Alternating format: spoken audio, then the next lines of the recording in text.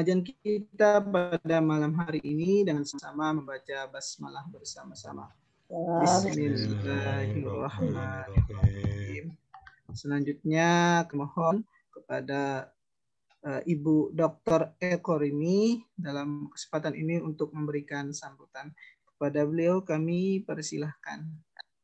Pak Pur mawon. Monggo Pak Pur. Monggo Pak Pur mawon. Jin, derek dawuh. Bismillahirrahmanirrahim. Assalamualaikum warahmatullahi wabarakatuh. Waalaikumsalam warahmatullahi wabarakatuh. Alhamdulillahirabbil alamin. Nahmadu wa nasta'inu wa nastaghfiruh wa na'udzu billahi min syururi anfusina wa min sayyiati a'malina. May yahdihillahu fala mudhillalah wa may yudlilhu fala hadiyalah. Asyhadu an la ilaha illallah wahdahu la syarikalah wa asyhadu anna Muhammadan abduhu wa rasuluhu la nabiyya ba'dah. Allahumma sholli wa sallim wa barik ala nabiyyina Muhammadin wa ala alihi wa sahbihi ajmain. Amma ba'du.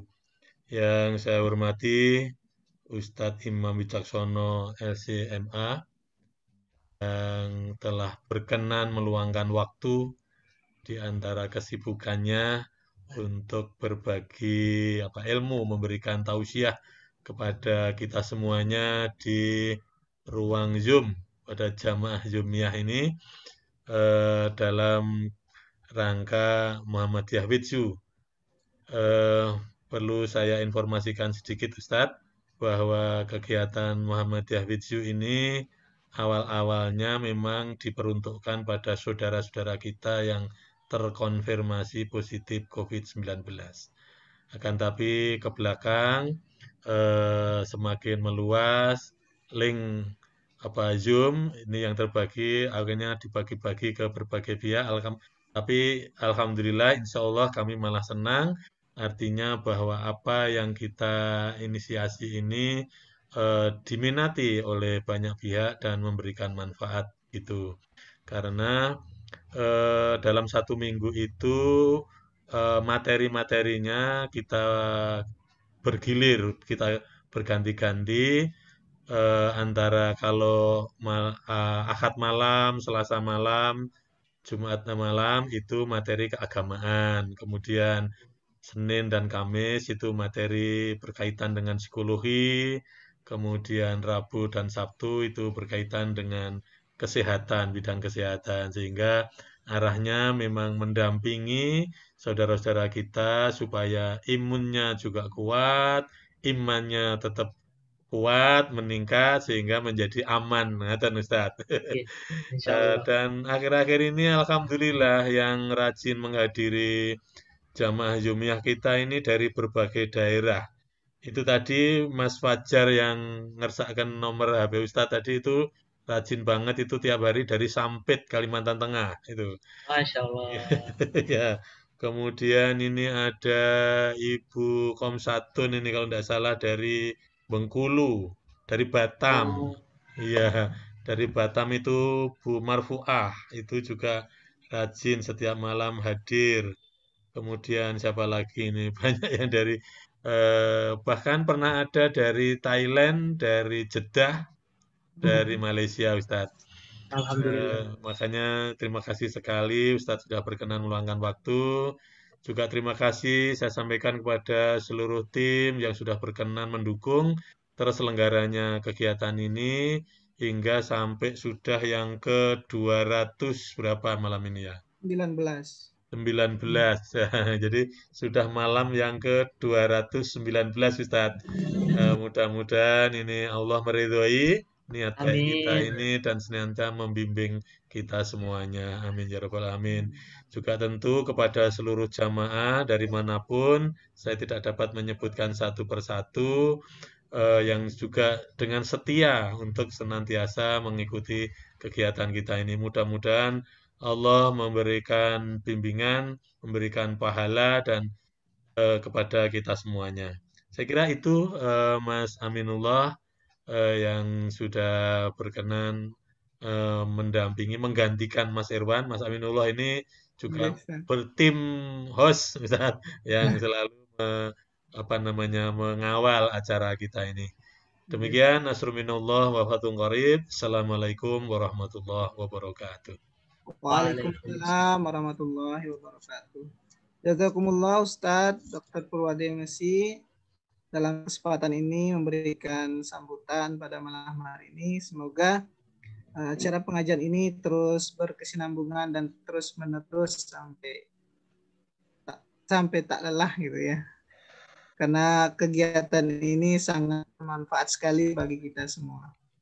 Baik Bapak Ibu jamaah sekalian, acara selanjutnya yaitu tausiah nanti yang akan disampaikan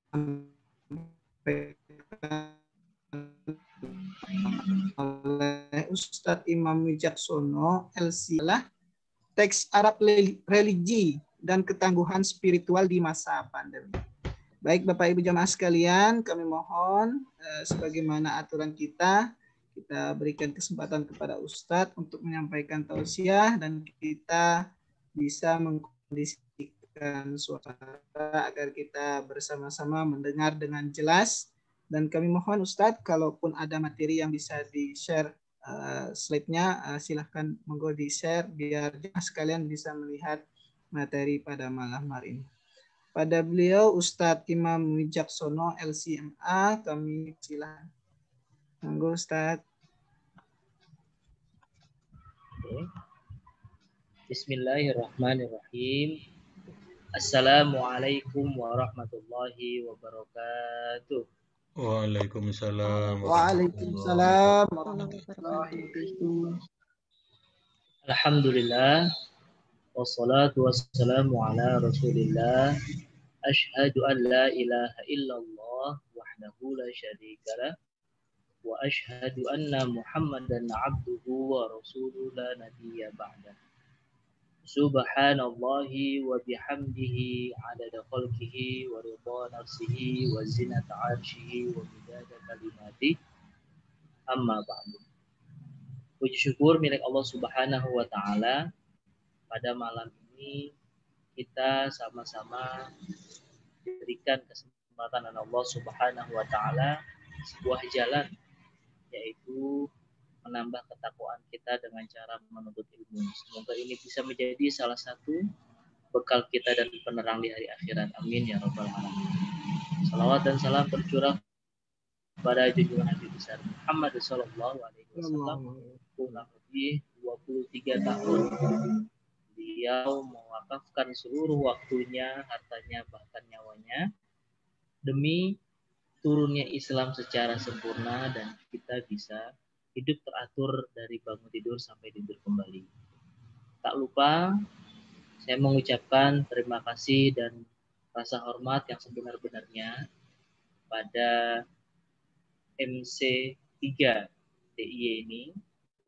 Apakah ini sampai ke PCM juga, karena di Kota Gede juga ada beberapa teman-teman pemuda yang diajak gabung dan sangat bermanfaat untuk menangkal logis yang selama ini berkembang ketika Tarjih sudah mengeluarkan putusan-putusan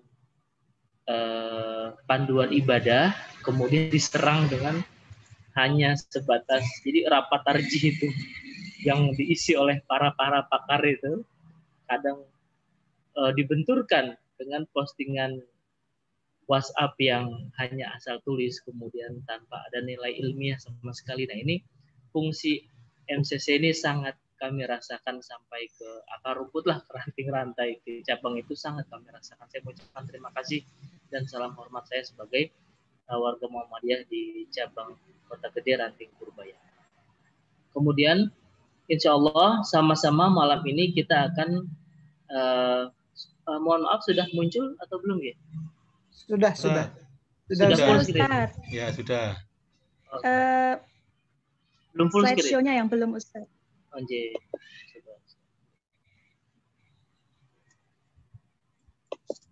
Nah. Jadi saya mengambil judul teks Arab religi dan ketangguhan spiritual di masa pandemi. Ya, karena saya mengajar di bahasa Arab, jadi biar bisa diklaim sebagai pengabdian kepada masyarakat begitu. Jadi sekalian dan ketangguhan spiritual di masa pandemi. Nah ini sebenarnya banyak sekali riset dan penelitian di jurnal-jurnal tahun 2001 yang tentang ini. Nah ini sedikit hanya saya ambilkan dari sumber-sumber yang utama. Yang pertama, apabila kita berbicara tentang teks, Bapak Ibu jamaah yang dirahmati Allah, bahwasanya teks Arab itu ada dua. Ada yang religi dan tidak religi. Nah, di sebelah kanan kita yang atas itu merupakan contoh teks Arab religi. Mengapa disebut religi? Karena ada nuansa-nuansa agama di situ. Jadi dia ketika dia dibaca bisa memberikan manfaat berupa keimanan yang bertambah dan pengetahuan seseorang yang bertambah, yaitu adalah Al-Quran dan Al-Hadis. Kemudian yang gambar di kanan yang bawah itu merupakan teks Arab yang non-religi. Jadi tidak semua yang Arab-Arab itu ada nilai religiusnya. Seperti di bawah itu ada dua koran yang sangat menghegemoni di Mesir itu. Tempat kami kuliah itu adalah Al-Masri Al-Yaum. Itu seperti Tempo, Republikanya kalau Al-Masri Al-Yaum. Al-Ahram itu seperti Temponya di Mesir. Jadi yang terkadang mereka saling kritik, tetapi dalam ranah akademis, tidak ke ranah religi.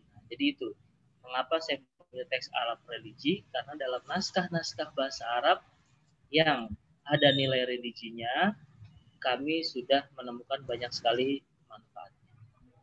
Yang pertama, Bapak Ibu para hadirin, ya, kita harus menyadari bahwasannya apa yang hadir di kehidupan kita sekarang adalah sebuah penyakit yang hakikatnya adalah ujian. Kadang kita ditanya, apa yang membedakan sebuah musibah itu menjadi azab dan ujian? Musibahnya sama, tanah longsor di Banjarnegara. Kapan tanah longsor itu menjadi azab dan kapan tanah longsor itu menjadi ujian? Sama ketika kapan pandemi corona itu menjadi azab dan kapan pandemi corona itu menjadi ujian. Ini yang membedakan adalah sikap dari orang yang mengalami itu. Ketika pandemi dihadapkan atau diposisikan sebagai takdir Allah Subhanahu wa taala, dia bertambah dekat kepada Allah Subhanahu wa taala, keimanannya naik, banyak hikmah yang dia dapat, maka saat itu COVID-19, pandemi itu bernilai ujian bagi seorang hamba itu. Nauzubillah, ketika seseorang itu menganggap pandemi dan menyikapinya dengan jauh dari Allah Subhanahu wa taala, dia terlupa apa tujuan hidupnya di dunia, banyak menerobos pagar agama, maka itu merupakan azab baginya. Mengapa? Semakin bertambah ujian, semakin banyak dosanya. Jadi ketika ditanya kapan suatu musibah terjadi dalam satu tempat yang sama, ketika Nabi Nuh alaihi salam terkena banjir, maka itu sesungguhnya adalah azab bagi kaum Nuh yang tidak mau naik ke atas perahu. Tetapi itu merupakan ujian bagi Nabi Nuh yang soleh dan juga kaumnya yang naik ke atas perahu. Harus berpisah dengan tanah kelahirannya, harus kehilangan semua harta bendanya. Jadi musibahnya sama, tetapi bisa menjadi ujian dan na'udzubillah menjadi azab dari Allah Subhanahu wa taala. Prinsipnya kita harus kenal dulu bahwasannya ini harus kita lihat dengan jernih. Kalau ini tidak berhasil kita lihat, maka kita akan lahir satu prasangka buruk pada Allah Subhanahu wa taala. Allah Maha menyembuhkan. Mengapa banyak orang soleh, orang alim yaitu berdoa tidak juga datang kesembuhan? Itu pertanyaan itu akan muncul ketika dia tidak melihat masalah corona ini dengan jelas. Dalam teks Arab yaitu Al-Quran yang kita pelajari, La yukallifu. Taklif ini kan bagi orang yang berakal. Jadi lucu di Indonesia itu mayat dijadikan tersangka. Padahal taklif itu pembebanan dalam Islam itu ada apabila masih ada jasad dan ruh yang menyatu. Kalau ruhnya sudah diambil, hanya jasadnya, dia tidak kena taklif lagi. Tidak ada mayat bayar zakat, tidak ada mayat bersedekah. Ini tidak ada mayat yang dituntut. Nah ini, jadi la yukallifullahu nafsan illa wus'aha. Sesungguhnya Allah tidak menguji hamba kecuali dengan batas kemampuannya. Sesuai dengan batas kemampuan manusia itu. Ada yang Allah uji corona dengan kenikmatan. Contohnya apa? Yang mereka mempunyai ladang rezeki, ya kan, sebagai produsen atau distributor atau penyalur alat-alat medis. Itu Allah berikan kemudahan ujiannya. Apakah dengan kemudahan itu dia banyak bersedekah? Apakah dia banyak membantu sesamanya? Ujian bagi dia. Ada Allah juga berikan ujian dengan kehilangan pekerjaannya. Jadi dalam Islam itu musibah suatu kaum adalah faidah bagi kaum yang lainnya. Seperti kita misalnya kemarin di musim dingin. Kira-kira di dalam satu masjid ada 2 pedagang. Yang satu menjual wedang ronde, itu dari jahe hangat. Yang satu lagi berdagang jualan es serut misalnya. Kira-kira di bawah masjid yang sama, ya, di satu shop yang sama, 2 orang itu doanya apa? Pasti yang jual wedang ronde dia akan berdoa, ya Allah, jadikan hari ini adalah hari yang dingin. Hujan ya Allah, pokoknya dingin sehingga dagangan ronde saya cepat laris. Dia berdoa dingin. Yang kedua, tukang es dia berdoa, ya Allah jadikanlah hari ini hari yang panas sehingga es saya laris. Ya, kira-kira malaikat ingin mengabulkan doa yang mana? Di bawah satu atap masjid yang sama, softnya jejer. Ya. Jadi ketika kita sudah paham hakikat dari panas dan dingin adalah ketetapan Allah Subhanahu wa taala, maka kita tidak akan berburuk sangka. Sama. Ketika sebuah pandemi ini kita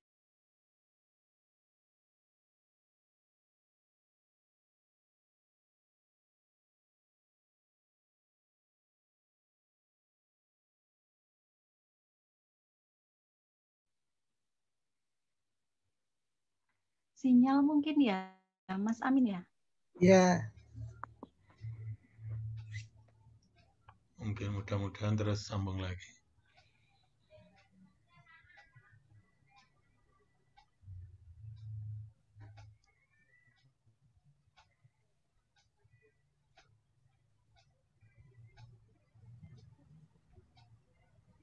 Assalamualaikum, Ustadz Imam. Oh, malah putus. Putus mulia. Iya. Kita tunggu sebentar. Oke.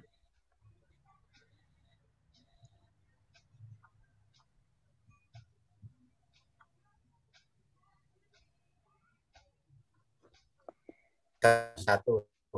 Coba.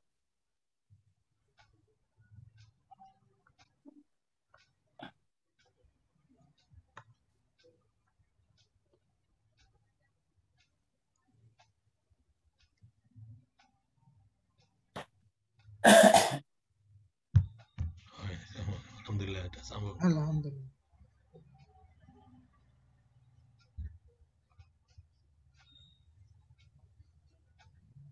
Baun.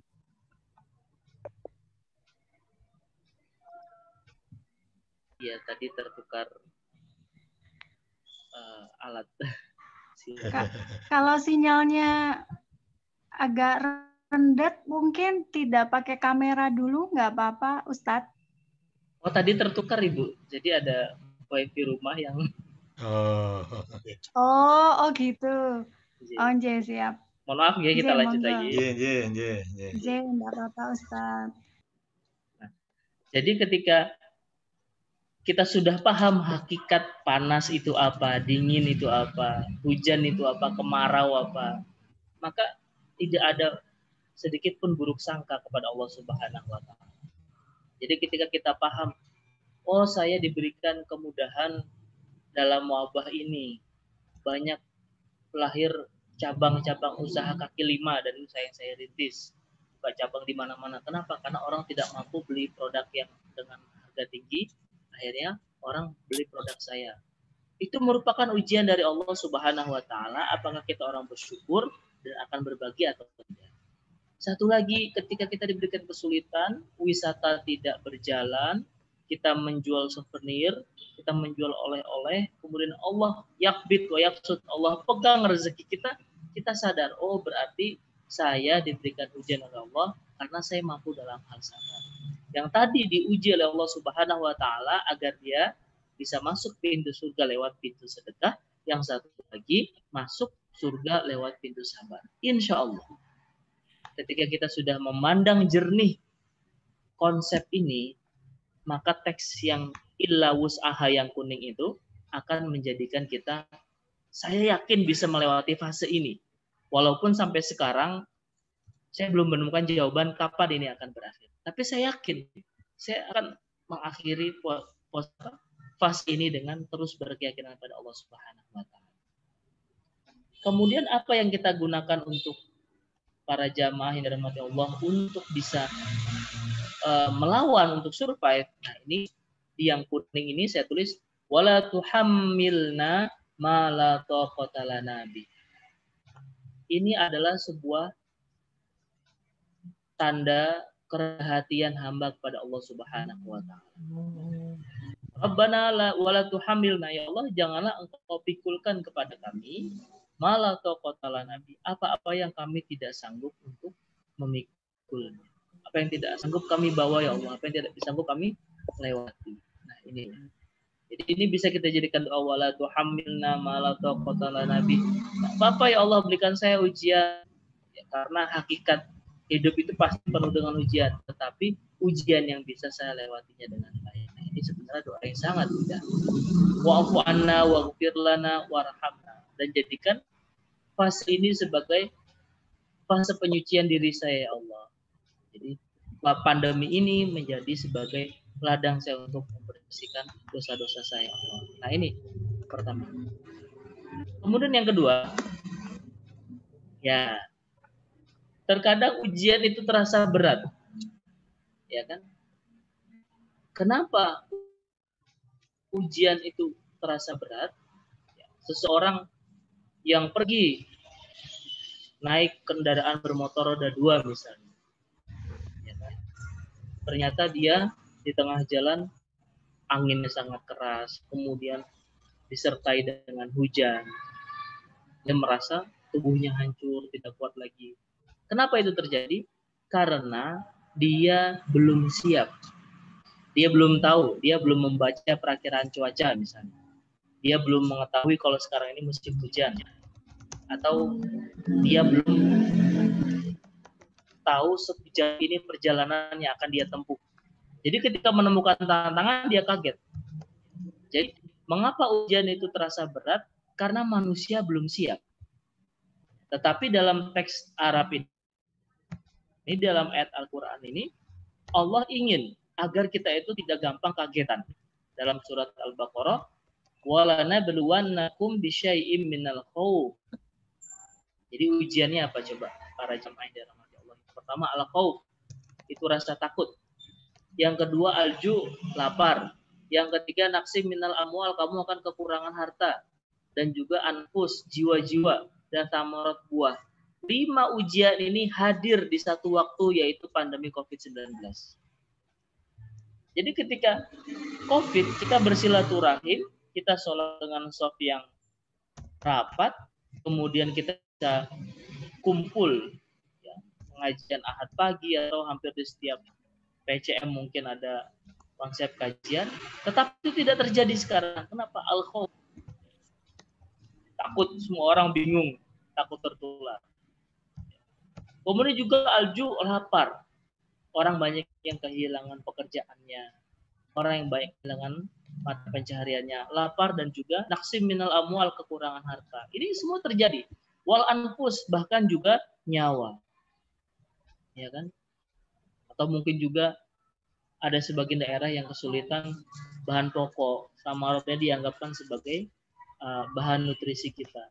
Jadi sebagai muslim, ketika kita memegang dan mempercayai ini, kita tidak pernah takut. Kenapa? Allah Subhanahu wa Ta'ala sudah jelas-jelas menyebutkan apa yang ada pada pandemi ini sudah ada dalam ayat itu jelas sekali. Ketika kita meyakini ayat ini, kita akan siap. Rasa takut, curiga, dia OTG, itu adalah sudah Allah sebutkan. Tinggal bagaimana kita menyikapinya dengan ajaran agama lain. Lapar. Ini adalah ujian-ujian yang ketika kita sudah di awal perjalanan, kamu nanti di kilometer sekian akan ketemu hujan, di kilometer sekian anginnya kencang, kilometer sekian jalan berliku. Nah, kita lebih siap, tidak terasa berat. Sama. Ketika kita rajin membaca Al-Quran, akrab dengan ayat ini, kita tidak gampang kaget. Walanabluwannakum bi'im minal khawfi wal ju' wa naqsim minal amwali wal anfusi was samarat. Dilanjutkan, wa basyirus sabirin. Siapa mereka? Alladzina idza asabatuhum musibah qalu inna lillahi wa inna ilaihi raji'un. Tidak akan ada gelisah bagi orang mukmin. Kenapa? Karena mau nikmat, mau sedih, mau sakit itu adalah Allah Subhanahu wa Ta'ala yang memutuskan. Kemudian, mengapa manusia itu diuji? Ya ini. Jadi gini para jamaah yang dirahmati Allah, setiap manusia pasti punya ujian. Ada yang diuji di tempat kerjanya, ada yang diuji dengan tetangganya, ada yang diuji dengan anaknya, ada yang diuji dengan pasangannya, ada yang diuji dengan orang tuanya, ada yang diuji dengan mertuanya. Pasti itu ada ujian. Hanya beda-beda saja, ataupun kita tidak melihat ujian itu adanya di mana. Mengapa manusia diuji? Karena sesungguhnya ujian itu adalah fitrah. Dan semakin banyak seorang itu diuji, maka dia seperti apa yang Rasul dan Nabi lewati selama masa hidup. Masih di surat Al-Baqarah. Am hasibatum an tadkhulul jannah. Di situ tertulis, apakah kamu mengira bahwa kamu akan masuk surga?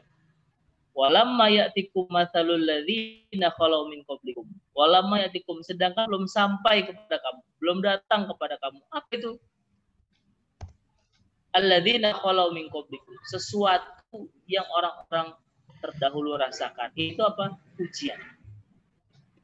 Masathumul ba'sa, mereka itu ditimpa oleh malapetaka, bahaya. Bayangkan. Bagaimana Nabi ingin ketika hijrah itu ingin dipotong, tetapi Ali yang menggantikan tempat itu. Setelah itu selesai, masuk ke dalam gua bersembunyi bersama Abu Bakar. Kemudian dipatuk ular. Abu Bakar akhirnya. Jadi begitu sekali banyak bahaya itu para nabi kekasih Allah, apalagi kita. Wadorro, dan juga mereka itu sengsara. Nabi kalah perang, giginya patah, ya kan. Kemudian Nabi menahan lapar, mengganjal perutnya dengan batu. Wazulzilu, hati Nabi itu digoyang. Seorang Nabi hatinya digoyang, kekasih Allah hatinya digoyang. Hatta yaqula Rasul, sampai Rasul itu ngomong apa? Waladina amanu ma'ahu, dan imannya para sahabat. Apa bedanya kita sama sahabat? Kalau sahabat sedikit-sedikit itu hafal Quran, kita sedikit-sedikit lupa ayat Quran. Kalau sahabat itu ada yang diduduki dengan merpati masjid. Apa? Ketika mereka itu sholat, burung merpati itu singgah di kepalanya. Dan merpati tidak ada yang langsung menclok. Biasanya dia mendekat radius putar-putar, dia mendekat. Setelah mendekat, aman baru dia mau menclok. Saking apa? Saking khusyuknya, merpati hinggap. Ada lagi kisah tentang kalau sahabat itu laki-laki ya. Kalau perempuan namanya sahabiat. Ketika ayat julurkanlah jilbab-jilbab kalian. Mereka di pasar nggak ada ketemu baju. Pakai karung boni dia tutup. Yang penting dia tutup auratnya. Ada yang ngejualnya hanya panci. Ditutupin pakai panci. Jadi orang dulu itu mendengar ayat sedikit, amalnya banyak. Orang sekarang mendengar ayatnya banyak, amalnya sedikit, itu beda kita sama sahabat. Banyak kisah-kisah sahabat lain tentang sedekah, tentang Abu Dahdah yang mewakafkan pohon kurmanya untuk yatim. 600 pohon kurma terbaik di Madinah ditukar dengan satu batang kurma yang miring hanya demi mendapatkan surga dari Allah SWT. Banyak sekali kisah-kisah itu. Nah, jadi para sahabat Nabi itu sampai ngomong, mata nasrullah. Mata itu kapan? Nasrun itu pertolongan. Kapan pertolongan Allah itu datang? Jadi kalau kita hidup enak, keluarga sakinah, mawaddah, warahmah, di kerjaan enak, di masyarakat enak, ditanya, ini gimana saya di antara posisi para nabi dan rasul? Para nabi dan rasul saja banyak ujian dan banyak cobaannya. Sedangkan kita ilmunya sedikit, ibadahnya sedikit, mau masuk surga, jangan-jangan punya kenalan orang dalam gitu.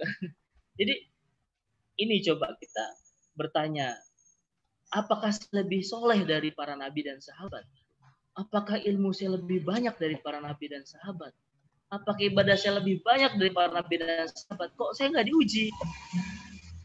Sesungguhnya ujian itu adalah untuk mendekatkan manusia kepada Allah Subhanahu wa taala. Kalau kita belum diuji, ya ini kita bertanya pada Allah, di mana letak ujian kita?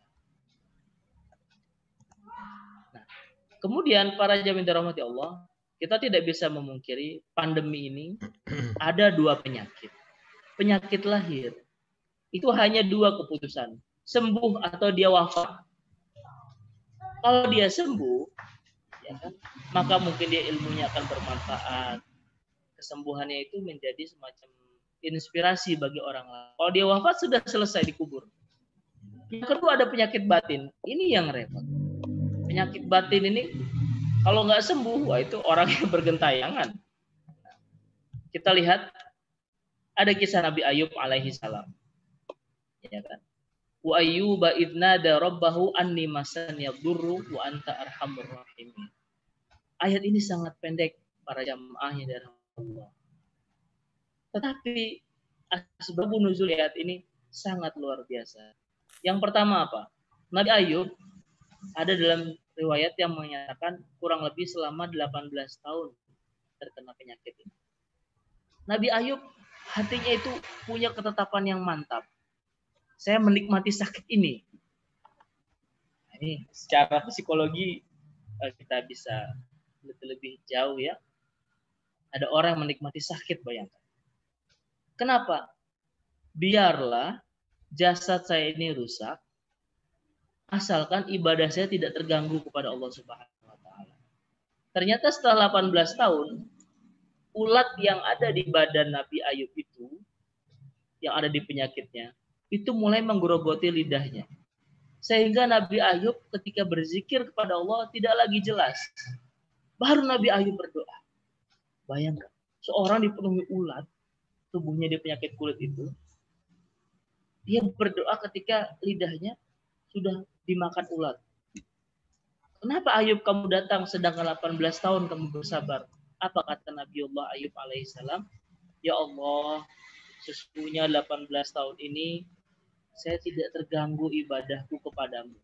Tetapi saat ini ulat-ulat itu telah menggerogoti lidahku.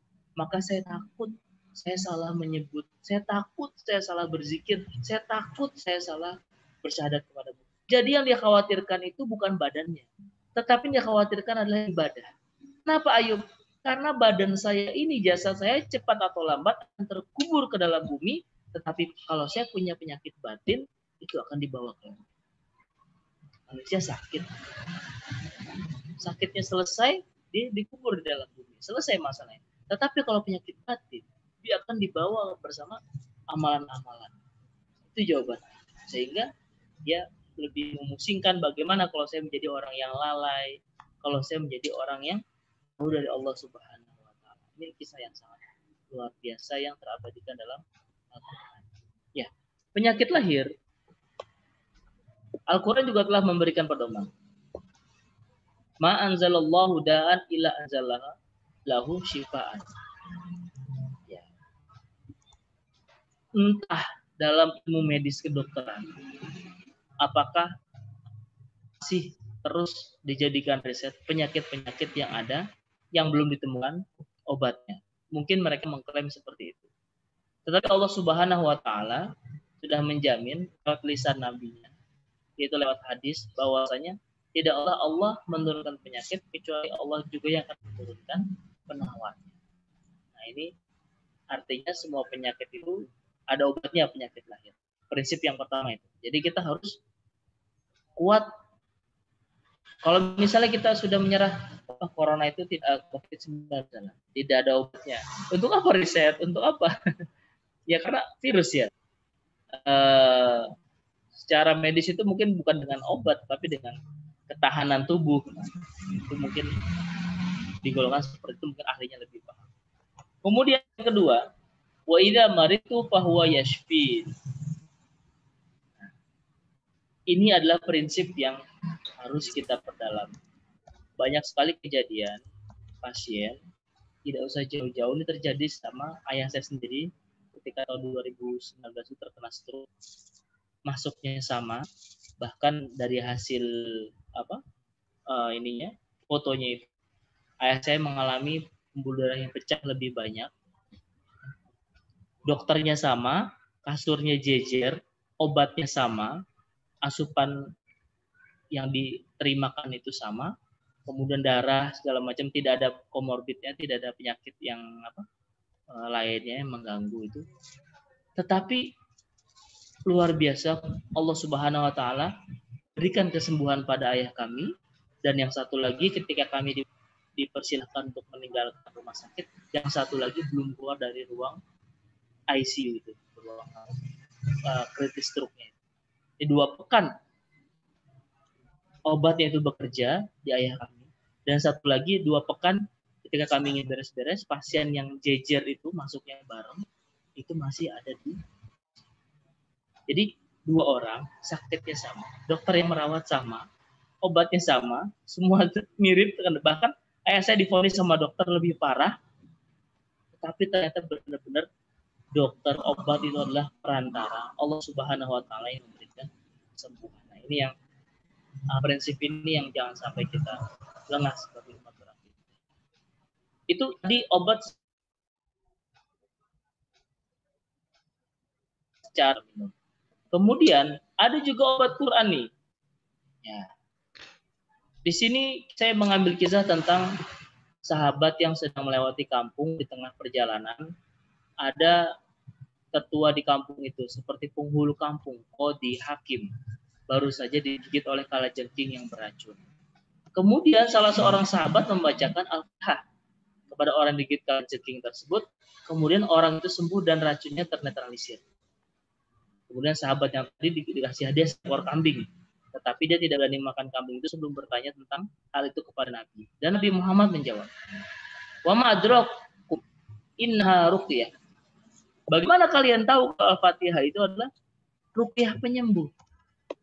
Hadis diriwayatkan oleh banyak sekali nih, oleh Abu Daud, ada Muslim, Bukhari, Hakim.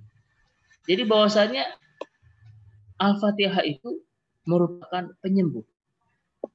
Dalam hadis lain, Nabi SAW bersabda bahwasanya orang yang kena sakit panas itu merupakan salah satu percikan api neraka, tiupan api neraka. Dingkarlah dengan Al-Fatihah. Itu juga bisa. Kemudian Al-Fatihah dibacakan di air minum. Nah, ini yang menemukan malah orang Jepang ya. The power of water. Bagaimana ketika air itu ditiupkan kata-kata yang baik, apalagi air Quran mempunyai kristal-kristal yang teratur, sedangkan yang diberikan kata-kata buruk dia. Jadi ada energi dalam Al-Quran itu. Kemudian juga ketika Nabi Muhammad SAW terkena sihir. 11, maka turunlah muawizatain.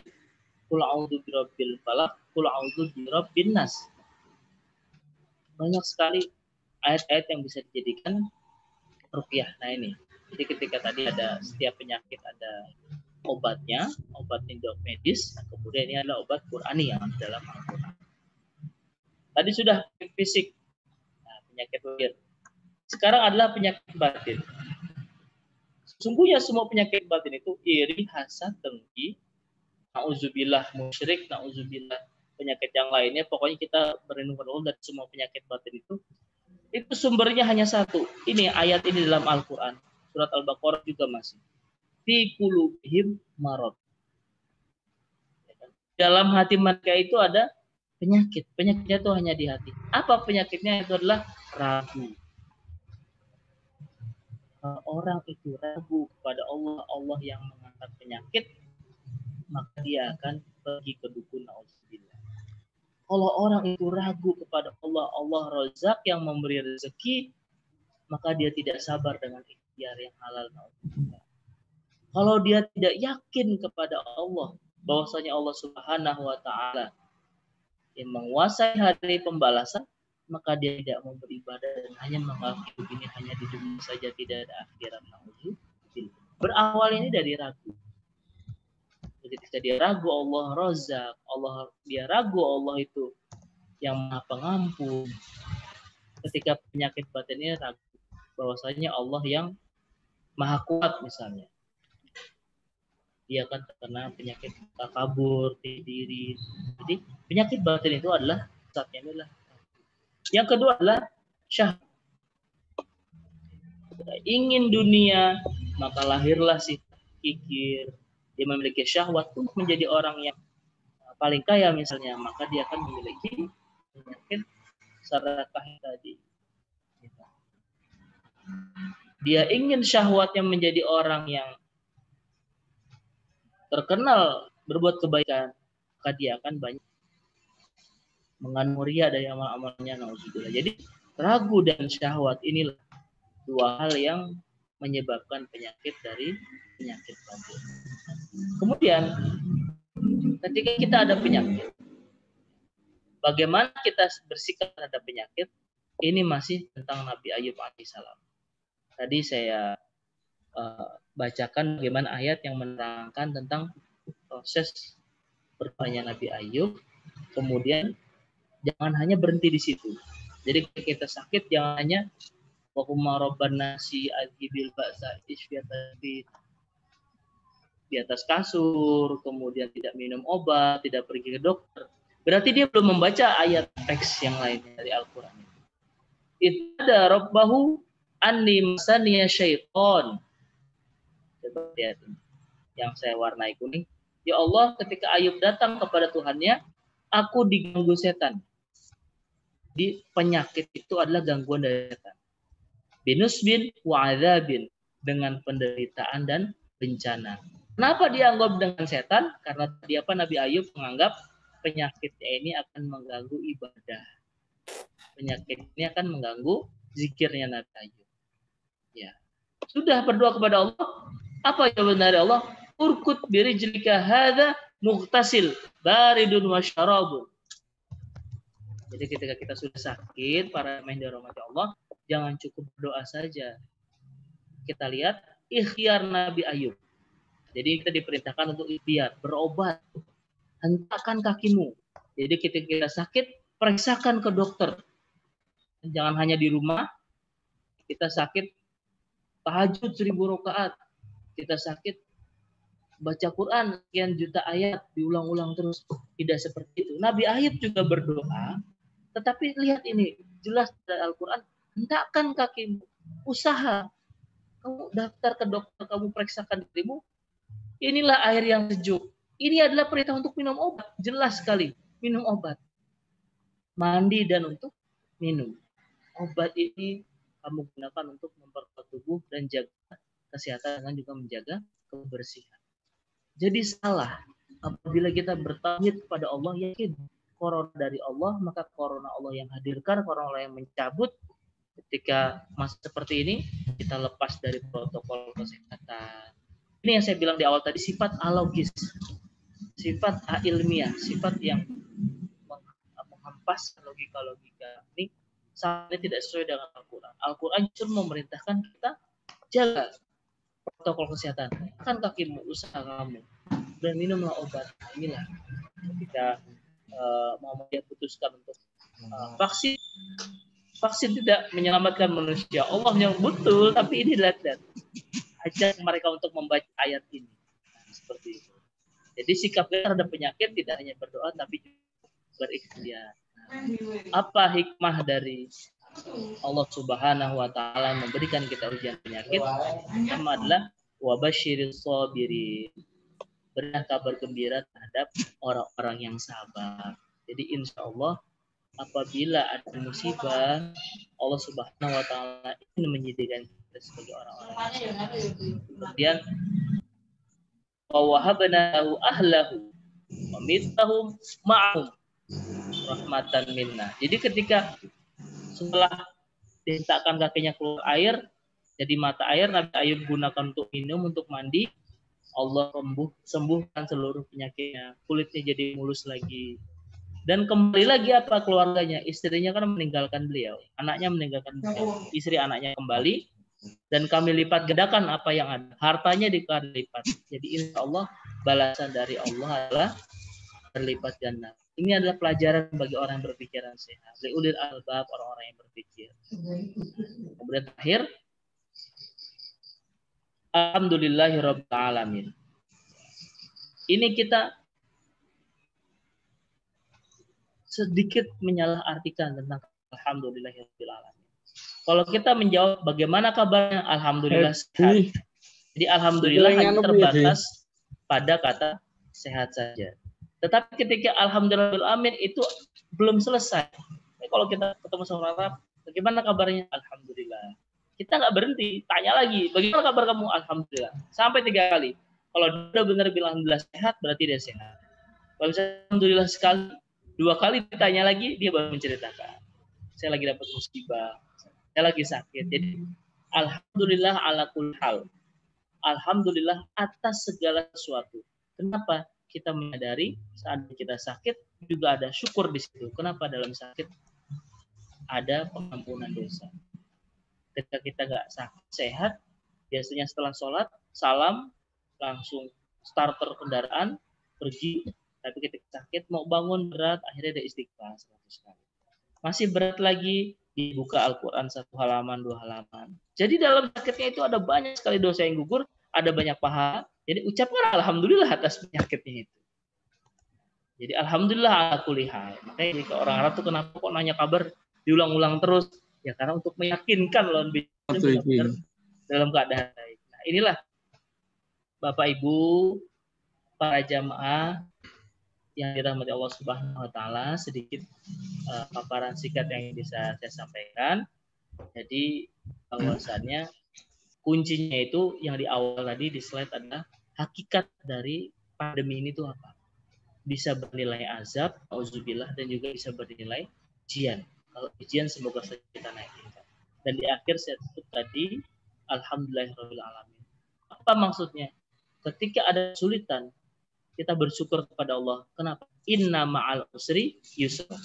Ada kesulitan, lupakan saja kesulitannya, lalu fokus kepada kemudahan di belakangnya. Ada 4, 5, 10, 100, sejuta kemudahan di belakang. Maka saat itu kesulitannya lupa, yang terlihat adalah yusronnya, kemudahannya. Jadi yang terucap selalu alhamdulillahirabbil alamin. Alhamdulillahirabbil alamin. Banyak syukur yang kita lahirkan. Terima kasih. Saya persilahkan apabila ada korbannya jawab, saya serahkan kepada moderator. Syukron Ustadz atas tausiahnya pada malam hari ini. Baik Bapak Ibu jemaah sekalian, masih ada waktu, monggo acara selanjutnya kita lanjutkan dengan diskusi. Ada yang ingin ditanyakan atau disampaikan kepada Ustadz?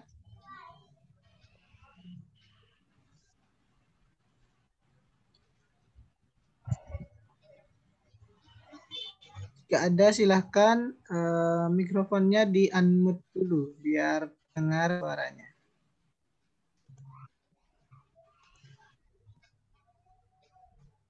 Baik Ustadz, ini ada pertanyaan melalui chat dari Ibu Sri Martuti Rahayuningsi.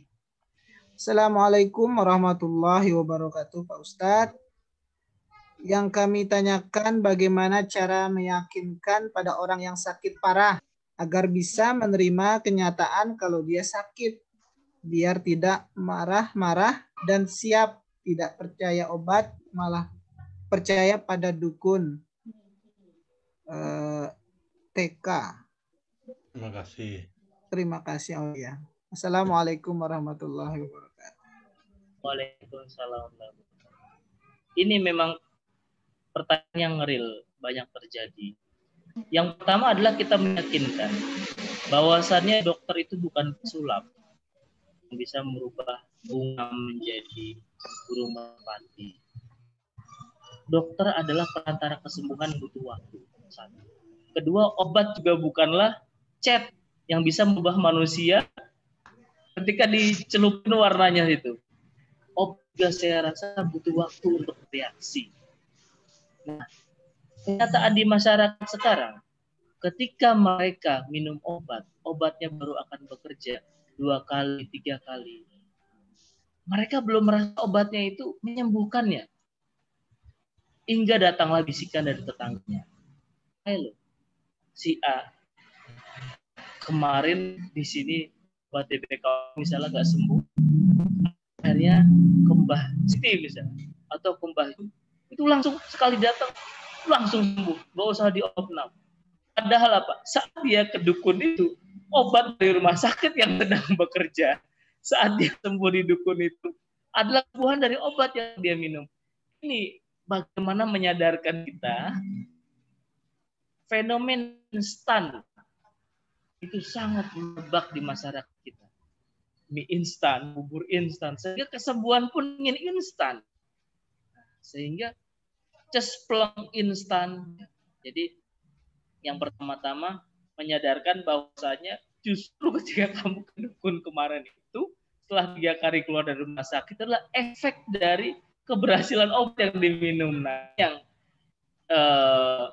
kita yang mendampingi pasien itu yang harus paham di sini. Kemudian yang kedua, ketika penyakit itu berat, ya, justru seharusnya kita mengajarkan alhamdulillah hati. Seandainya misalnya dia penyakit yang sulit untuk sembuh, ketika stroke, kemudian sudah lewat dari golden hour-nya itu, sudah lebih dari 4 jam, dan dia harus, misalnya sebelumnya aktif ya, dia setengah badannya harus mengalami kelumpuhan. Nah, itu tadi bagaimana kita mengajari alhamdulillah dulu, yang dia beramal banyak dengan fisiknya, bagaimana dia bisa beramal dengan keputusannya. Dia banyak mewakafkan kepemilikannya, dia banyak bersedekah, dia banyak berzikir, dia banyak mendoakan orang lain. Jadi kita mengalihkan satu ibadah saat keadaan sehat ke ibadah yang mungkin dilakukan saat seorang itu tidak sehat. Biasanya kalau orang yang sangat aktif, sangat terpukul ketika dia itu mengalami penyakit yang benar-benar hambat kehidupan dia. Nah, itu jawaban saya. Oke, jazakumullah Ustaz. Monggo Bapak Ibu jamaah sekalian, ada yang ingin ditanyakan? Terima kasih Ustaz.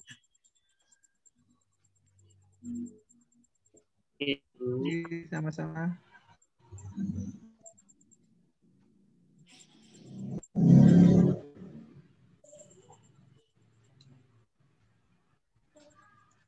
Ada yang lain yang ingin didiskusikan?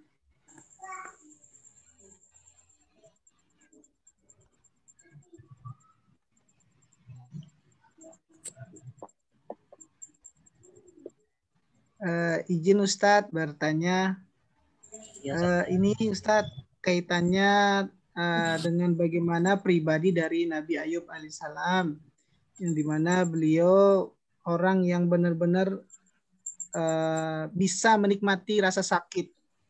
Nah, untuk bisa menjadi seperti beliau itu tuh bagaimana ya? Karena secara naluriah kalau kita sakit, ada rasa sakit itu kita pasti akan merasa mengeluh dan lain sebagainya. Biar kita tidak mengeluh, atau mungkin kita lebih ke mengucapkan syukur kepada Allah atas ujian rasa sakit itu, bagaimana Ustadz biar kita bisa menikmati rasa sakit itu? Ya, jadi yang pertama Nabi Ayub itu seorang saudagar. Itu sampai seluruh kampung itu dipagari tinggi sekali. Beliau banyak beramal. Kemudian Allah berikan penyakit sehingga pagarnya makin sempit, hingga akhirnya habis, hanya tinggal sisa rumahnya saja. Semua karyawannya pergi, kemudian hingga tinggal anak dan istri. Anaknya pergi dan juga istrinya pergi. Yang pertama, bagaimana kita berusaha meneladani Nabi Ayub, yaitu ini, bahwasanya apapun yang Allah lakukan itu pasti yang terbaik untuk kita. Kenapa? Allah Subhanahu wa Ta'ala tidak pernah menzalimi hambanya. Seperti yang pertama. Jadi jangan pernah ada sangkaan, waduh, saya ini tersiksa, terbatasi dengan sakit saya. Karena merasa Allah Subhanahu wa Ta'ala sedang menghakimi kita. Tidak. Allah Subhanahu wa Ta'ala tidak pernah menzalimi hambanya. Tetapi ketika kita sakit, kita langsung berintrospeksi. Wah, ini pasti Allah Subhanahu wa Ta'ala sedang menegur kita. Apa? Mungkin kita terlalu sibuk di dunia dan kita lupa dengan apa-apa yang sudah Allah gariskan dalam hidup. Satu ayat. Wa ma khalaqtul jinna wal insa illa liya'budun. Jangan-jangan 24 jam kita dari tidur, bangun tidur sampai tidur lagi, tidak ada nilai ibadahnya. Jadi Allah Subhanahu wa Ta'ala ingin memberikan kita istirahat. Ketika istirahat itu kita banyak berzikir, banyak membaca Al-Quran, sehingga kita bisa merasakan, wah, ternyata ketika sibuk saya jarang membuka Al-Quran. Ketika sibuk lidah saya banyak membicarakan hal yang sia-sia. Ketika saya sehat, telinga saya banyak mendengarkan hal yang sia-sia. Tapi ketika sakit, saya banyak mendengarkan hal yang baik, membicarakan hal yang baik. Sehingga ketika dia mencari tujuan hidup, mencari bekal kan, ternyata ketika sehat saya nggak bisa ngumpulin bekal. Ketika sakit malah bisa mengumpulkan banyak bekal. Nah, kalau sampai pada titik itu, baru dia bisa merasakan, oh ternyata saya diberi sakit agar saya bisa mengumpulkan banyak bekal. Oh saya diberi sakit ternyata agar saya bisa bersiap-siap dengan amalan saya. Kenapa? Ternyata ketika saya sehat, 24 jam itu nilai ibadah yang bisa dijadikan bekal sangat sedikit. Jadi tidak pernah ada penyesalan kenapa kita itu. Kan ada fenomena, misalnya kita harus mengeluarkan aset banyak ketika sakit. Artinya kita banyak berusaha mengumpulkan, menabung, kemudian ketika sakit fisik kita diminta untuk berobat yang biaya mahal, keluarkan saja tanpa usah disebut, tanpa usah hitung, tanpa usah dicari. Apa? Itu bernilai sedekah. Kenapa? Seseorang yang mengeluarkan hartanya demi tulang punggungnya itu bisa tegak ibadah, maka itu adalah sedekah. Jadi jangan pernah kita hitung, jangan pernah kita ungkit lagi, cari lagi, sayang, jangan. Itu sia-sia. Jadi apa yang kita keluarkan, sudah keluarkan. Kenapa? Kalau memang itu rezekinya, seperti Nabi Ayub, akan dikembalikan berkali-kali lipat. Kalau itu tidak kembali lagi, bersyukur kepada Allah. Mungkin yang kemarin itu kurang bersih, Allah bersihkan sehingga kita sudah bersih di dunia. Besok dipanggil sama Israel, ya ayyatuhan nafsul mutmainnah. Wahai jiwa-jiwa yang tenang, gak dicabut dengan paksa. Coba enakan ditarik atau dipersilahkan. Irji'i ila rabbiki radiyatan mardiyah. Pulanglah kepada Tuhan. Enak dipaksa atau dipersilahkan? Enak dipersilahkan. Jadi ketika kita, wah sayang ini itu penyakit, wah gak usah beli obat yang mahal misalnya. Ini pikiran-pikiran yang saya nggak tahu dari mana sumbernya, tapi dalam Islam itu justru dengan sebaik-baiknya. Mengapa? Apapun yang kita keluarkan untuk kesehatan itu adalah sedekah. Kenapa? Kesehatan dari Allah. Kalau kita merawat pemberian Allah, itu berarti sedekah. Ini prinsip-prinsip ini yang terkadang di masyarakat belum paham.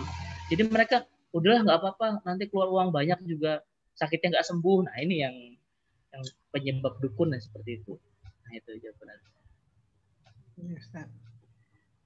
Syukran Ustadz. Ini ada 2 pertanyaan lagi dari jemaah. Yang pertama dari Ibu Siti Koyim, berasal dari PDA Batang. Mohon penjelasan Ustadz, ada teman yang ayahnya kalau sakit mesti harus minta air doa dari Pak Kiai. Nah, ini bagaimana hukumnya?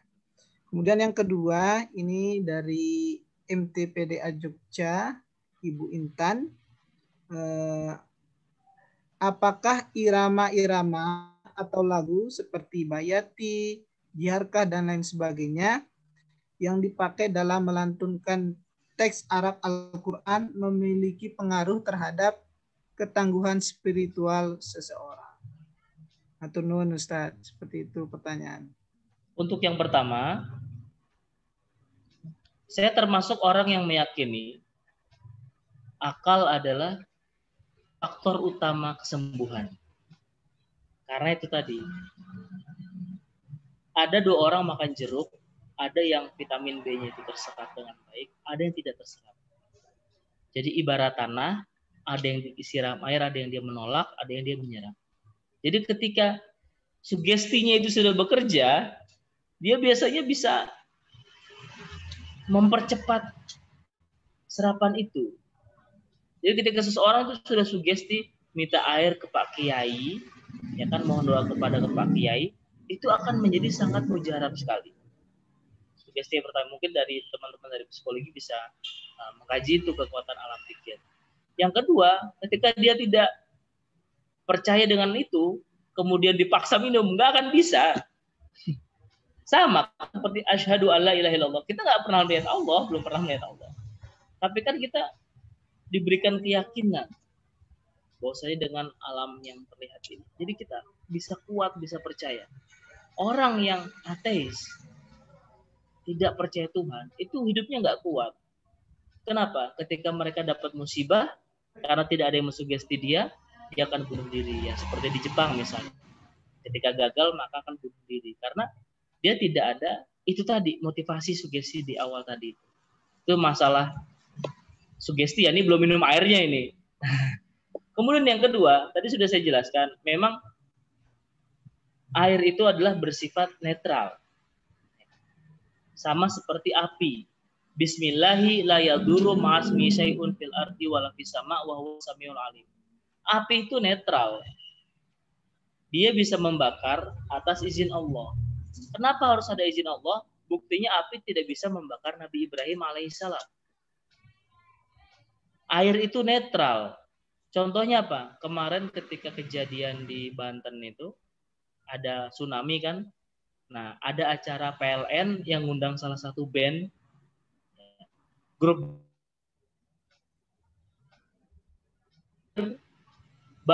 kecuali vokalisnya yang masih hidup sekarang. Ya, padahal satu pantai itu ada karantina tahfiz Yayasan Nurul Fikri. TV One, tsunami, Anyer, Yayasan Nurul Fikri. Apa kata pembina asramanya itu? Ketika banjir berlangsung, dia melihat air tinggi dan dia kira air itu akan masuk ke asramanya. Ternyata apa? Sampai TV One itu datang, rumput yang di dalam pagar villa yang dia sewa tetap hijau, tidak ada lumpurnya. Tumbuhan-tumbuhan perdu yang tidak ada batang, tidak ada rusak sama sekali. Tidak ada lantai yang kena lumpur. Artinya apa? Air itu netral. Kalau Allah sudah bilang, jangan kamu ganggu ihfazillah ya fazuka. Jangan ganggu orang yang sedang menjaga agamaku, air nggak akan ganggu. Ini bukan kisah Nabi Musa yang membelah lautan. Air lautnya, Laut Merah juga netral.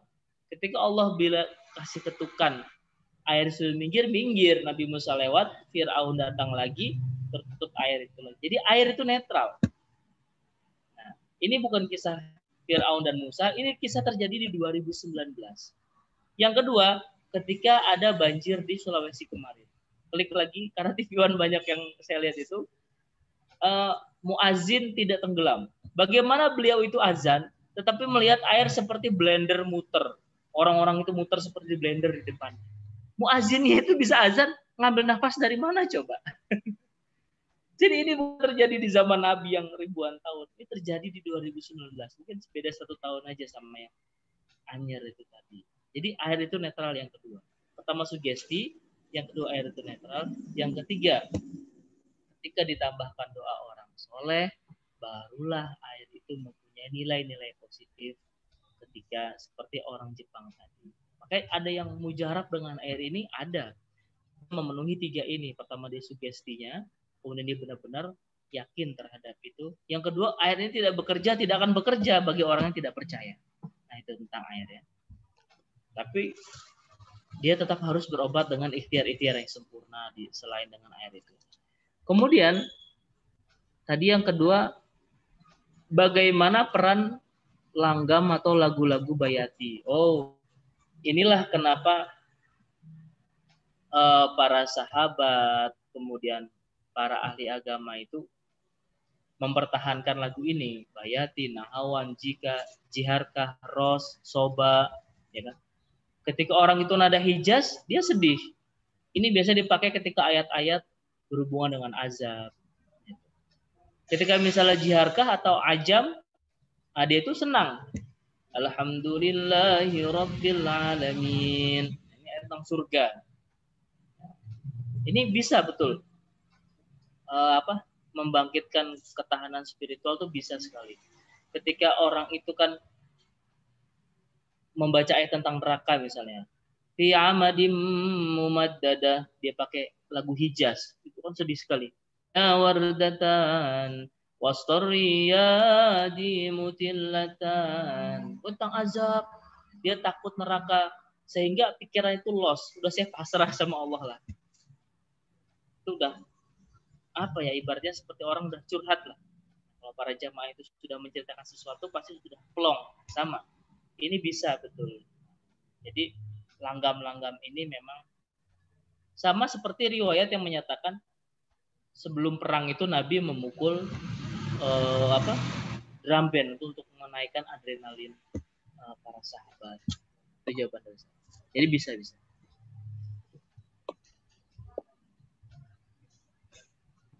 Oke Ustadz, terima kasih. Ini satu lagi ada pertanyaan dari Ibu Dia Rinanti. Assalamualaikum warahmatullahi wabarakatuh. Ustadz, saya mempunyai teman yang perilakunya sangat baik. Nah, dia ini seorang pemimpin.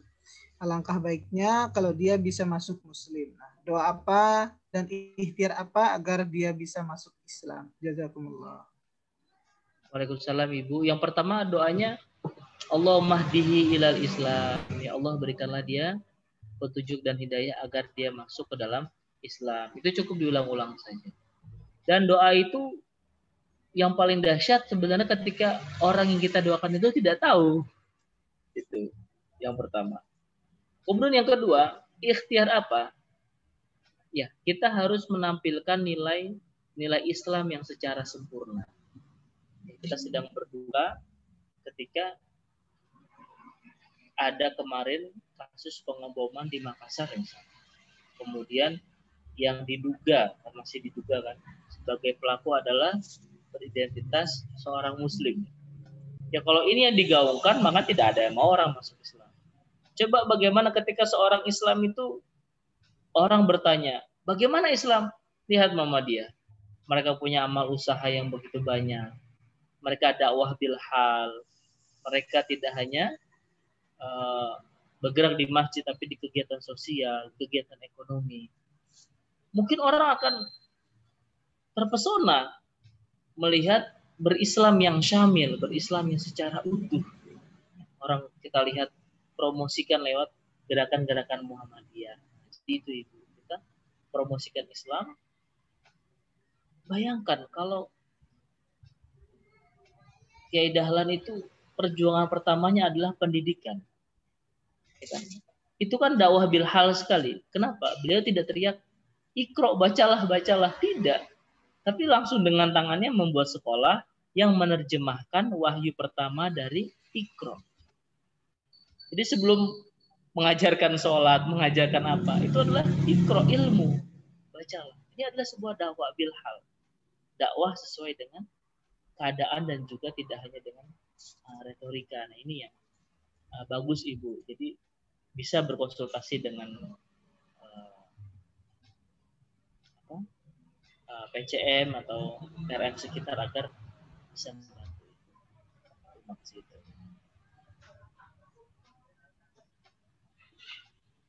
Oke Ustadz, terima kasih banyak. Baik jamaah Bapak Ibu sekalian, ada lagi yang ingin didiskusikan?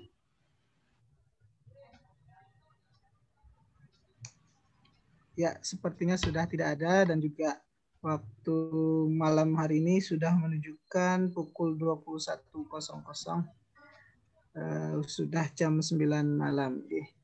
Jazakumullah Ustadz Imam Wicaksono LCMA yang telah tausiah pada malam hari ini, dan juga seluruh jajaran MCC DIY yang telah menyelenggarakan pengajian pada malam hari ini, dan juga seluruh jamaah Bapak Ibu yang telah menghadiri acara tausiah pada malam hari ini.